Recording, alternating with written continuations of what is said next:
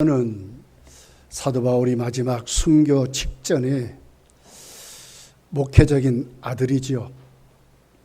디모데에게 목회에 대한 편지를 두 번째 보낸 편지가 디모데 후서로 기록이 되고 있습니다. 특별히 4장을 보면 사도 바울은 마지막 자기가 이제 죽을 때가 순교가 가까운 줄 알아요. 그러면서도 디모데에게 하나님의 복음을 전파하라 하는 것으로 디모데 후서는 마감을 하고 있습니다. 어떻게 이럴 수 있을까? 마지막 바울이 예수를 믿고 새 사람 됐죠. 그리고 이방인의 전도자로 파송을 받죠. 그리고 마지막 일생의 끝도 복음을 전하라 하는 것으로 끝나는 거예요. 그러니까 전도하고 선교하는 것에 미친 사람입니다. 어떻게 이럴까? 자, 오늘 첫 번째로 우리가 이 말씀을 보면서 디모데 사도 바울이 마지막 그 죽을 때 얼마나 외롭고 고독한지를 보여줘요. 그러면서도 자기가 마지막 죽음을 맞이한 그런 모습을 오늘 기록을 합니다. 자, 6절서 8절의 말씀이죠. 이렇게 말씀해요. 전제와 같이 내가 벌써 부어지고 나의 떠날 기약이 가까웠도다. 나는 선한 싸움을 싸우고 나의 달려갈 길을 마치고 믿음을 지켰으니 이제 후로는 나를 위하여 의의 면류관이 예비되었으므로 주 곧 의로우신 재판장이 그날에 내게 주실 것이며 내게만 아니라 주의 나타나심을 사모하는 모든 자에게 도니라. 떠날 기약이 가까이 왔다. 전제와 같이 부어진 하나님께. 자, 이걸 순교하는 것을 하나님께 드리는 제물로 말하는 거예요. 제사로 말씀해요. 그러면서 달려가기를 이제 다 마친다. 선한 싸움을 싸웠다. 믿음을 지켰다. 그 후에 나를 위하여 하나님이 면류관을 준비해놨다. 그러면서도 나만이 아니라 나같이 복음 전하는 성도에게 얘는 똑같은 면류관을 주실 것이라고 하는 것으로 바울은 자신을 지금 이렇게 마지막을 소개를 하고 있습니다. 그러면서 이때가 바울에게는 지독한 외로움과 고독에 시달리는 것을 봐요. 9절서 11절, 16절에 있는 말씀이에요.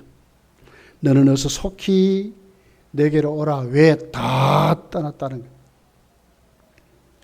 11절에 보면 누가 만 나와 함께 있느니라. 네가 올 때에 마가를 데리고 오라. 그가 나의 일에 유익하니라. 디모데야 너도 와라. 올 때에 마가도 데려와라. 왜 내 곁에는 지금 의사 누가밖에 없다. 외롭고 고독한 바울을 이렇게 자신을 말씀을 하고 있어요. 16절에 보면 이렇게 기록합니다. 내가 처음 변명할 때에 나와 함께한 자가 하나도 없고 다 나를 버렸으나 그들에게 허물을 돌리지 않기를 원한다. 다 버렸다. 다 떠났다. 아무도 없다. 그 말 아닙니까? 얼마나 외롭고 고독했으면 사도 바울이 이렇게 말씀을 하겠어요. 바울의 마지막 순교 직전의 모습입니다. 그런데 이런 외로움, 고독 어떻게 이겼을까? 그래도 디모데에게 편지해서 너 빨리 와라. 그리고 말씀을 들어라. 그 말 아닙니까? 그냥 와서 뭐 옥바라 자라 뭐 이 뜻이겠습니까? 그리고 마가도 데리고 와라. 마지막 사도 바울이 그와 화해하고 거기에서 모든 걸 잘 정리하려고 하는 사도 바울을 보는데 이렇게 말하는 거예요. 17절에 어떻게 얘기할까? 주께서 내 곁에 서서 나에게 힘을 주시며. 누가 계셨어요? 다 떠났는데 떠나지 않는 분이 있는 거예요. 그분이 누구여서? 주님. 주께서 내 곁에 서서 힘을 줬다. 나로 말미암아 선포된 말씀이 온전히 전파되어 모든 이방인이 듣게 하려 하심이니 왜 안 떠났는가? 하나님 복음이 마지막까지 사도 바울을 통하여 그 복음이 전파되도록 내가 사자의 입에서 큰 짐을 받았느니라. 사단 마귀의 권세에서 핍박자들에게서 칠흑 같은 감옥에서 주님이 내 곁에 서서 하심으로 내가 힘을 얻어가지고 이겼다 그 말 아닙니까? 마지막 사도 바울의 모습은 다 떠났지만 주님이 내 곁에 계셨다. 그러면서 사도 바울은 그러는 거예요. 오늘 1절에 보면 디모데에게 법정에서 선사하듯이 엄히 명하면서 말씀을 전파라고 합니다.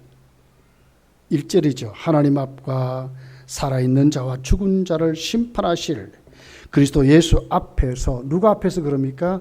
하나님 앞에서 심판하실 그리스도 앞에서 우주를 관장하시는 하나님 앞에서, 그리고는 우리를 심판하실 우리가 믿는 예수 그리스도 앞에서 영역 주권을 말하는 거예요. 칼빈주의 중요한 모토입니다. 하나님 앞에서, 하나님 앞에서. 그가 나타나실 것과 그의 나라를 두고 엄히 명한다 그랬어요. 명령형이에요. 엄히 명한다. 심판하실 분 앞에서 더 이상 기회가 없다 그 말 아닙니까? 거짓말하면 안 된다 그 말 아닙니까? 엄히 명한다. 왜 이렇게까지 사도 바울이 법정에서 선사하듯이 이렇게도 저렇게도 할 수 없는 그 법정에서 진실말을 말하는 그 법정에서, 그 법정이 하나님 앞에서, 그러면 하나님 앞에서 내가 엄히 명한다. 왜 이렇게 말합니까? 반드시 하나님이 심판하신다는 거예요. 반드시 심은 대로 거두게 할 때가 있다고 말씀하는 거예요.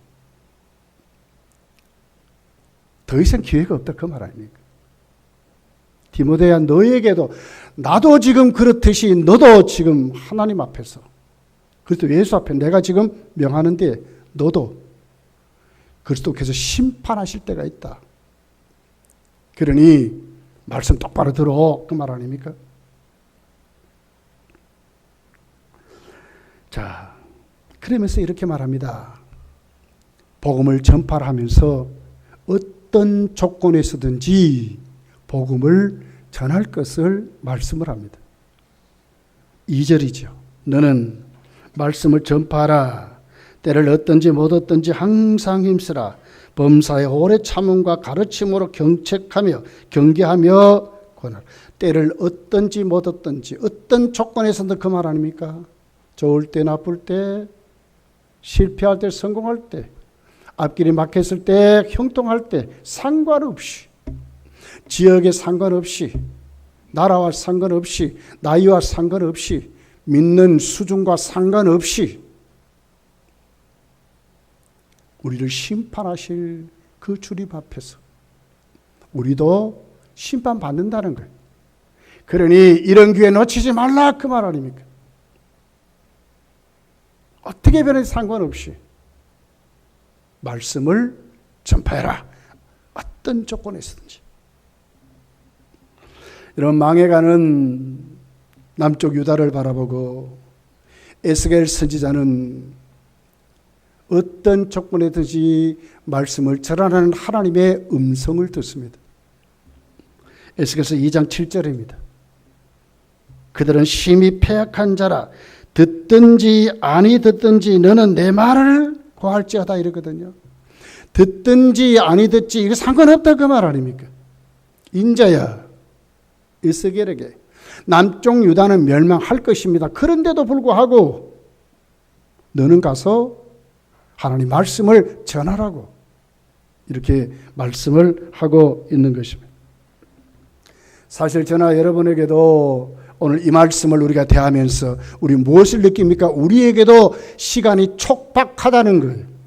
우리에게도 그렇게 여유가 많지 않다는 거예요. 우리에게도 주님 앞에 설 날이 곧 가까이 온다고 말씀하는 거예요.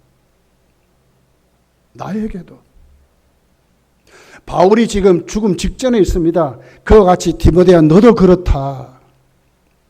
그렇게 말한 바울의 그 말씀 오늘 우리에게도 얼마 남지 않았다는 거예요. 하나님 앞과 심판하실 그리스도 앞에 서서 말씀을 전했느냐 안 전했느냐를 하나님이 우리에게 물으실 때가 있다 그 말 아닙니까? 핑계할 수 없다 그 말입니다. 나는 나이가 많아서, 나는 형편이 어려워서, 나는 시간이 없어서 핑계할 수 없다 하는 말씀을 지금 우리에게 하고 있는 말씀입니다. 새생명 축제는 이런 것입니다. 특별히 관계 전도입니다. 내 가족에게 먼저, 그리고 내 이웃에게, 내 친척에게, 내 친구에게 기도하면서 정하고 그들을 주께로 내가 정한 그들에게 복음을 제시하고 그리고 초청해서 하나님 복음을 듣게 하고 그리고 믿는 것은 하나님이 믿게 하시는 것이지. 이 새생명 축제의 중요한 내용입니다. 말씀을 전파합니다. 어떤 조건에서든지. 세상은 정말 많이 변했습니다. 우리가 전도하기는 결코 만만하지 않습니다. 우리 심령은 얼마나 굳어 있는지 모릅니다. 한국의 토양이 얼마나 복음을 배청하는 토양으로 얼마나 아주 강하게 지금 세워져 가고 있습니다. 그렇지만 분명한 것은 디모데야, 때를 어떤지 못 어떤지 너는 하나님의 말씀을 전파하는 그 말씀이 오늘 우리에게도 똑같이 그렇게 하라고 말씀한다고 하는 것입니다. 어떻든지 상관없이. 이렇게 하면 아이고 내 남편 기분 나빠요. 내 자식이 어떻게 해요? 아니지요. 내 아내가 어떻게 해요? 아니지요. 상관없이. 내 얼굴을 맞대는 내 이웃과 상관없이 그들의 기분과 그들의 삶의 어떤 것과 상관없이 복음을 전하라고 이렇게 말씀을 하고 있습니다. 그럼 우리가 어떻게 하나님 복음을 전해야 할까요? 오늘 2절 하반절은 이렇게 기록합니다.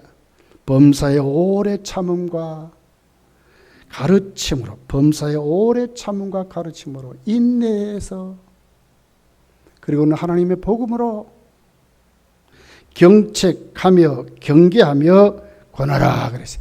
경책하며 이 뜻은요 책망하라 그 말입니다.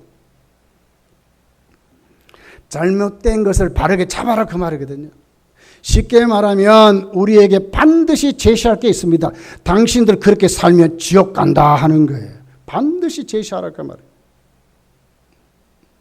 그렇게 살면 하나님 앞에 심판받아요. 우리 인생 한번 왔다가 가요. 근데 그 후에는 반드시 심판이 있어요. 하나님 앞과 그리스도 앞에 설 날이 있어요. 그들이 어떤 가치관을 가지든지 상관없이, 어떤 철학을 가지고 사는 것 상관없이, 그들의 삶의 수준과 상관없이 성도는 하나님 앞에 그들에게 잘못된 길이라는 것을 가르쳐야 된다고 책망하라는 거예요. 여러분 우리가 신호등 보잖아요. 녹색 불이 들어오면 갑니다. 빨간 불이 들어오면 갈 수가 없어요. 어떤 데는 막 이렇게 아주 이렇게 돌 같은 거 뭐 이런 데 되면 또 다른 이렇게 표시가 있어요. 이 표지판과 같은 거예요. 성도가 지옥을 선포하지 아니하면 세상에 표지판이 없는 거예요. 지옥에 표지판이 없는 이런 것을 말씀하는 거예요. 여러분 한국의 유명한 전도자 최근능 목사님, 그분의 전도는 딱 두 마디입니다. 믿는 자 천국, 불신자 지옥, 이거예요. 딱 두 마디입니다. 명확하게 한 복음이었습니다. 제가 서울서 신학을 할 때에 지하철을 타면 맨발 할아버지가 전도했어요. 그걸 보면 막 인상이 막 찌그러졌어요. 어떻게 저렇게 전도할까? 맨발로 다니고, 겨울에도 맨발로 다니고 막 그랬어요. 근데 그 목소리가 아주 우렁찼어요. 그분은 딱 두 마디요. 믿는 자 천국, 안 믿는 자 지옥. 등팔에다가 이런 걸 써가지고 이렇게 달아요. 그리고 앞에도 다르고 그러면 다닙니다. 누가 뭐라 그러면 허허허허 웃어요. 하도 그러니까 KBS에서 그분을 취재해서 방영을 했습니다. 인간 승리라는 거기서 방송을 했어요. 원래 그분은 굉장한 부자였습니다. 김포에 3분의 2의 땅을 가졌답니다. 근데 예수를 믿고 새 사람이 되어서 그 땅을 다 나누어 줬어요. 그리고는 그분에게는 아내도 있었어요. 자식도 있었어요. 근데 그들에게 유산을 주지 않았습니다. 아니, 갈 곳이 없으니까 친척집 방 한 칸 얻어가지고 거기 살았답니다. 마지막 죽음은 지하철에서 복음 전하다가 가만히 앉아서 잠들어 고이 잠든 것으로 소천했어요. 인간 위대한 승리라고 그렇게도 비판하고 기독교인도 비판하고 저도 인상을 막 찡그리고 그랬어요. 그런데 그 방송을 보니까 안 그랬어요. 야, 아니구나. 그분은 명쾌하게 전도했어요. 예수 안 믿으면 지옥 가는 걸 명쾌하게 말했어요. 그래서 그림으로 막 지옥에 불을 막 그려가지고 몸에 두르고 막 그러고 다녔어요.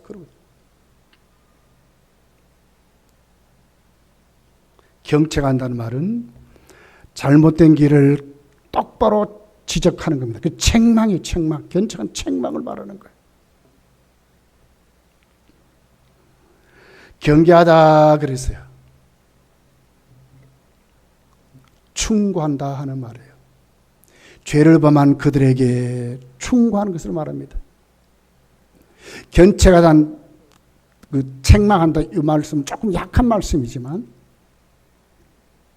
충고하는 거예요. 복음으로 그들의 길을 당신들 죄 지으면 안 돼요. 이것은 죄 짓는 거예요. 명확하게 그 복음을 바르게 제시하는 것, 이것이 경계하다는 말이에요. 선을 넘지 말라 그 말입니다. 그런데 요즘 여러분 한국 사회를 보십시오. 얼마 전에 뉴스를 보니까요, 하수 종말처리장, 서울의 하수 종말처리장의 모든 물에요 코카인 성분이 다 있대요. 그것도 어느 나라 어떤 선진국보다도 한국이 몇십 배 더 많이 나온다는 거예요. 얼마나 지금 우리 사회가, 우리 아이들이, 젊은 아이들이 마약을 접하는가 하는 것을 말하는 거예요. 우리가 모르는 우리 주위에, 우리의 실생활에 수많은 아이들 지금 타락해서 자기들의 삶이 어느 것인지도 모르면서 그러고 살아가는 것입니다. 선을 넘는 것, 그렇게 하면 안 돼. 그건 죄라고 가르치는 것이 전도하는 방법이라고 말하는 거예요. 그래서 성도는 세상의 기준입니다. 기준. 성도가 타락하면 이제 볼 것도 없습니다. 이렇게 우리가 이렇게 전도하는 것입니다. 바르게 사는 것입니다. 그들에게 보여주고 사는 겁니다. 선을 안 넘고 사는 것이 전도입니다. 전도입니다. 그리고 권하다 그랬어요. 원문을 위로하다 그 말입니다. 복음을 제시하는 것입니다. 수고하고 무거운 짐진 자들아 다 주님께로 와라. 그럼 당신의 짐들이 벗어질 것입니다. 주 예수를 영접하면 구원을 받습니다. 삶이 힘들고 어렵지 않습니까? 누가 여러분을 위로하겠습니까? 오직 주님은 우리를 위로하십니다. 하나님은 얼마나 우리를 사랑하는지 모릅니다. 우리가 예수를 믿으면 천국이 우리의 것이 됩니다 하는 것을 확실하게 제시해서 그들이 위로를 받도록 하는 것이 복음을 전하는 마지막 방법이라는 거예요. 실망하는 자들, 좌절하는 자들, 절망하는 자들, 수도 없는 사람들 지금도 얼마나 외롭고 고독하게 그렇게 살아갑니까? 기댈 데 없습니다. 상담할 데 없습니다. 경쟁에 뒤떨어지는 사람들 많습니다. 그들에게 무엇으로 그들을 다시 일으키실 겁니까? 복음을 주는 것입니다. 이것이 오늘 말씀을 전파하는 마지막 수단입니다. 미국의 유명한 위렌 위어스비 목사님, 무디 교회에 담임했던 분이에요. 유명한 방송 설교가입니다. 지금도 하고 있습니다. 교통사고를 당해가지고만 병원에 입원해 버렸어요. 그랬더니 교통사고 당한 줄 알고 성도들도 찾아와 유문하고 수많은 사람을 편지를 보내고 막 그러는 거예요. 그런데 한 번 왔다 가면 끝나는 거예요. 근데 끝까지 일주일에 꼭 편지 한 통씩 보내는 분이 있었어요. 그 편지를 받으면서 목사님이 힘을 얻습니다. 때로는 배신감도 느꼈어요. 그렇게 잘해줬는데 당신이 어려우니까 안 그런 거예요. 그런데 이분은 안 그랬어요. 한 번도 얼굴도 보지 못했는데 위로하는 말씀, 편지에는 구구절절히 하나님의 성경 말씀으로 꽉 채워서 목사님에도 불구하고 하나님 말씀을 꽉 채워서 늘 위로하는 편지로 일주일에 한 번씩 그렇게 보내다가 이제 목사님이 퇴원을 해서 갑니다. 그리고 그 주소를 따라 그분이 보낸 그곳에 갔더니 깜짝 놀라버렸어요. 왜? 이분은 맹인이었어요. 맹인. 당뇨가 심해가지고 합병증이 와가지고 한쪽 다리도 잘라낸 분이에요. 그리고는 결혼도 아직도 안 했습니다. 그리고는 그 젊은 나이에 어머니를 모시고 산 아주 가난한 분이었어요.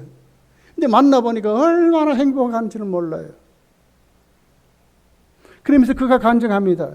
나는 일주일에 꼭 한 번씩 제가 사는 이 동네 학교에 찾아가 꼭 전도합니다 하는 것이 그분의 대답이었어요. 때를 얻든지 못 얻든지 어떤 형편과 상관없이 하나님 복음을 전하는 것이 오늘도 성도의 사명임을 우리에게 이렇게 말씀을 하고 있습니다. 여러분 사도 바울의 그 각오를 보십시오. 사도행전 2장 20장 24절이지요. 내가 달려갈 길과 주 예수께 받은 사명 곧 하나님의 은혜의 복음을 전하는 일을 마치려 하면은 나의 생명을 조차도 조금도 귀한 것으로 여기지 아니하노라. 사명이 생명보다 귀하다고 달려갈 길을 마치려 하면은 순교를 앞두고 사도 바울의 각오가 지금 이런 거예요. 어떻게 하든지 복음을 전하겠다고, 어떻게 하든지 이 사명 감당해야 되겠다고 하는 것이 사도 바울의 각오였고 삶이었고 목표인 것을 우리에게 가르치는 거예요. 여러분, 우리가 전하지 않으면 세상은 점점 더 어두워질 것입니다. 우리가 전하는 세상은 결코 만만하지 않습니다. 그러나 그들에게 말해야 되는 것입니다. 오늘 3절 4절이 이렇게 기록합니다. 때가 이르리니 사람이 바른 교훈을 받지 아니하며 귀가 가려워서 자기의 사욕을 따를 스승을 많이 두고 또 귀를 진리에서 돌이켜 허탄한 이야기를 따르리니 귀가 가렵다 듣기 좋은 말만 쏙쏙 골라서 받는다는 거예요. 얼마나 요즘 안티 세력이 많습니까? 누가 말 한마디 잘못할 수가 없어요. SNS 때문에요. 견딜 수 없는 일들이 우리 주위에 얼마나 많이 만들어지고 있습니다. 귀가 가려워서 즉 자기에게 필요한 말, 듣기 좋은 말만 쏙쏙 골라 듣는 그 시대.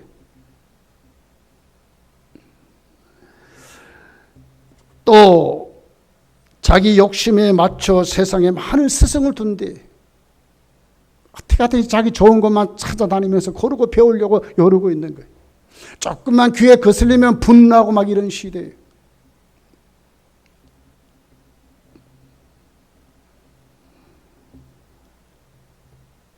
허탄한 이야기를 따르니라. 허탄한 거, 쓸데없는 것이 지나놓고 나면 아무 쓸데가 없어.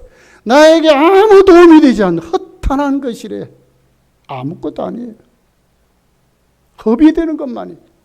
그런데도 불구하고 그것 때문에 웃고 떠들고 희락거리고 이렇게 살아가는 것이 우리들의 모습이라는 거예요. 그러니 우리가 가만히 있을 수 없는 거예요. 왜? 이렇게 살면 지옥 가거든요.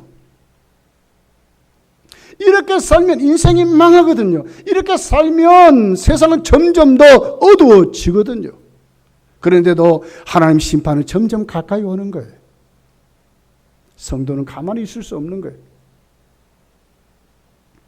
자, 반전이 있습니다. 5절에 그러나 너는 이 모든 일에 신중하여 고난을 받으며 전도자의 일을 하며 내 직무를 따라. 그러나 너희들은 아니라는 거예요. 거기서 나오고 그들에게 가르치고. 그러나 디모데야 너는 반대로 그 말 아닙니까? 그러나 뒤집어야 된다. 모든 일에 신중하여, 원문에 근신하라 이 말이거든요. 영적으로 깨어라 이 말이거든요. 말씀을 잘 분별하고 기도하면서 시대를 잘 분별하고 그들에게 하나님 복음으로 깨어 일어나야 할 것을 말해 근신내라. 그리고 고난을 받으래요. 여러분, 창조 이래로 인간이 타락한 다음에 결코 세상의 문화는 교회를 배척했지 절대 이롭지 않았습니다. 지금도 계속 우리와 반대로 가고 있습니다. 왜? 인간은 타락했기 때문에 그렇습니다. 그러므로 성도는 복음을 전파하고 복음 가지고 살면 고난을 받게 돼 있어요. 그런데 하나님은 이 고난을 통해서 우리를 쓰시는 거예요. 고난은 시편은 뭐라고 그랬어요? 우리를 유익케 한다고 그랬어요. 유익한다. 고난을 통해서 더 하나님을 의지하게 만들고, 고난을 통해서 참 진리가 무엇인지를 알게 만들고, 그 길을 가지 않도록 하나님이 그렇게 하면서 복음이 무엇인지를 알게 하는 것입니다. 성도에게는 고난이 너무나 좋은 것이,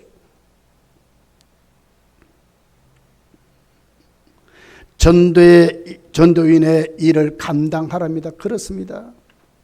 고난을 통해서 우리는 뚜렷하게 하나님 무엇을 원하는지 똑바로 알아서 생명을 구하는 일에 우리도 하나님께 쓰임받아야 될 줄 믿습니다. 디모데야, 전도일을 감당하라고. 고난이 있다 각오하면서 감당하라고. 전능자의 근원이라는 책을 쓴 엘리자베스 엘리어트, 여러분 잘 알지요?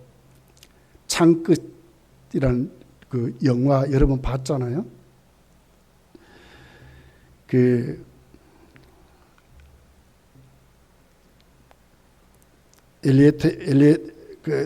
짐 엘리어트죠, 그죠?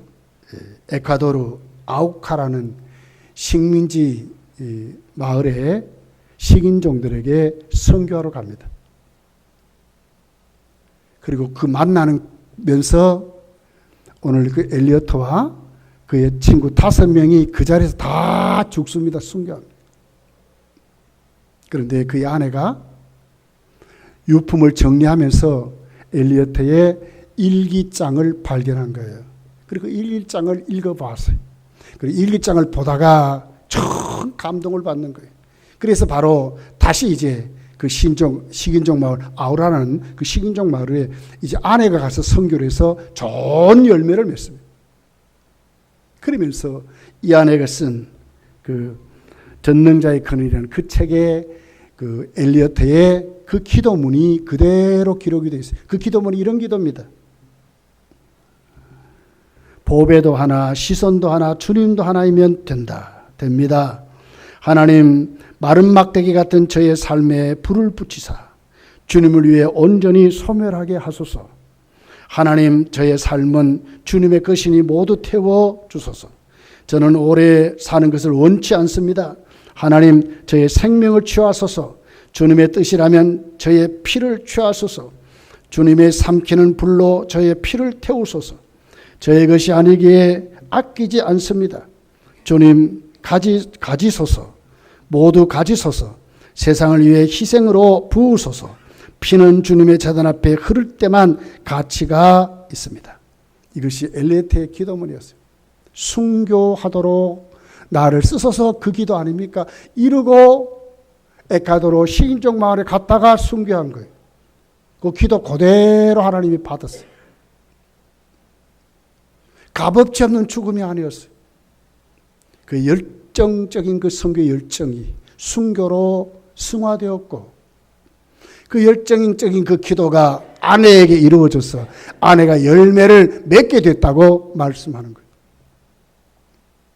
우리 한 사람이 하나님의 마음을 알고 디모데야 말씀을 전해라. 때를 어떤지 못했든지 말씀을 잘하는 이 안타까운 하나님의 심정을 우리도 알고 우리도 그 자리에 서게 되면 하나님 우리 기도를 들으시고 우리를 쓰시고 이번 새생명 축제의 큰 열매로 하나님 우리에게 부어주신다고 지금 말씀하는 거예요. 여러분, 지금 한국교회는 굉장한 위기 가운데 있습니다. 60년대부터 90년대까지 한국교회는 10년마다요 배가로 성장했어요. 큰 때를 이루었습니다. 나중에 1000만 명이 넘었어요. 어떤 곳에는 1400만 명 정도 예수를 믿는다 그랬어요. 그런데 언제부터 우리 복음의 열정이 식어지고 한국 교회가 이제 전도물이 막히면서 서서히 퇴락한 길로 걸었을까? 88 올림픽 때 이후부터랍니다. 한국교회는 그때부터 점점 더 사향길에 접어들기 시작했어요. 성도들이 기도하지 않았습니다. 성도들이 이제 더 이상 전도하지 않았습니다. 왜? 손에 가진 것이 많아졌거든요. 구할 것이 이제는 없어졌어요. 조건들이 많이 없어졌어요. 영성을 잃어버린 겁니다. 결국 그때부터 카톨릭은 배가로 성장했어요. 300만의 카톨릭이 600만이 되었다고 합니다. 지금도 부흥을 이루고 있습니다. 가장 선호적인 종교가 카톨릭이랍니다. 불교도 많이 부흥됐어요. 그런데 교회는 그때부터 사양길에 접어져서 지금 교회사를 기록한 그 교회사를 보게 되면 한 860만 명 정도 믿는데 여기에는 이단 교회라는 이름을 걸은 이단까지 다 포함된 숫자입니다. 실질적인 한 700만 밖에 안 된다는 거예요. 반토막이 나버렸어. 왜 그렇게 됐습니까? 열정이 식어져 버려 그렇습니다. 영성을 잃어버려서 그렇습니다. 하나님의 마음을 가지지 못해서 그렇습니다. 전도하지 않아서 그렇습니다. 기도하지 않아서 그랬습니다. 영국의 존 스토드 목사님, 그런 에스겔서를 중심으로 이렇게 책을 썼는데 전도하지 않는 것은 죄라고 그랬어요. 죄. 우리가 일반적으로 말하지요. 침묵은 금이랍니다. 그런데 에스겔서를 얘를 주석을 하면서 쓴 그 책을 보면 전도의 침묵은 죄라. 금이 아니라 죄라고 그렇게 말하는 거예요. 내가 전하지 않아서 만약에 내가 전할 수 있는 기회를 줌에도 불구하고 만약에 전하지 않았다면 그 사람이 예수 안 믿고 죽으면 나에게 기회를 준 하나님이 반드시 그 핏값을 우리에게 찾는다는 거예요. 어떤 분 그러죠. 내일 전하면 되지 뭐. 언제든. 그런데 내일이라는 것은 우리 시간이 아니라는 거예요. 전도하지 않는 것은 죄랍니다, 여러분. 로마서 10장 13절에 사도 바울은 이렇게 외칩니다. 누구든지 주의 이름을 부르는 자는 구원을 얻으리라. 그런즉 저희가 믿지 않는 일을 어찌 부르리요? 듣지 못한 일을 어찌 믿으리요? 전파하는 자가 없이 어찌 들으리요? 그랬어요.